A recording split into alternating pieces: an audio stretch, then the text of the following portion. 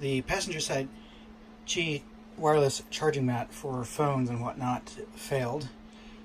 This is actually the second failure of a charging mat I've had in the new Aire. The coach was delivered with a failed driver's side mat, and now I have a passenger side failure. So I contacted Newmar, and I have paid for a new one, and they will reimburse me once they receive the old one. This is what I received in the mail today. So that includes the charger itself, the 12 volt conversion, a few bits of instructions, and we'll hop on over and take a look at the actual situation here for a replacement. So I've popped this off. It required a fair amount of force, and it also required me to to take this off here, which is just held in via double-sided sticky tape. So that required some patience and a fair amount of pulling. And this is hard to get out, but wiggle enough and make sure you pop it out of here and whatnot, and you'll be able to get it out. Once I did that, I located the old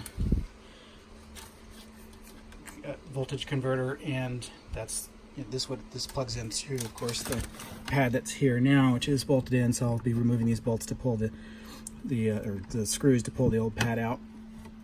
And this is tied into the same 12 volt line for the USB plugs that's back here, right here. And so this line is simply tapped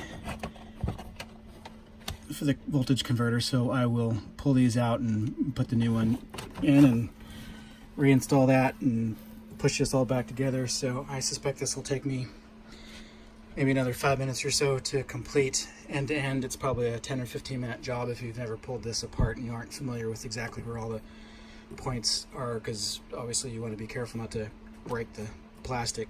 So pretty simple replacement. I already plugged in the new charger and just made sure it worked, and it does. So I'm going to proceed with the replacement here. So this is sticky, and that's how the pad was mounted on. It took me 5 minutes just to slowly pry this off. Finally got it off, and then I noticed as I was putting this on that I was going to have a problem. Looks like Newmar cut this out, pushed the light down, glued that light in a downward position.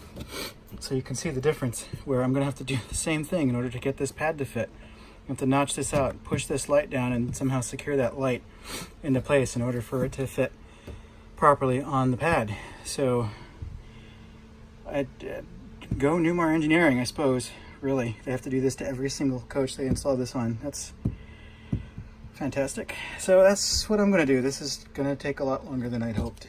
I don't own a hot glue gun, so I just used some of this adhesive, which needs at least 24 hours of curing time, but I used that to glue the light in. I notched out, glued the light in, and held this in place for it to set with a rubber band. So this is now ready for me to install. So I will put that back in place. I should be good to go. I already plugged this in and put my phone on it just like this to verify everything works. So I should be good to go. Pop this in, and hopefully just another few minutes and I'll be finally done with this project.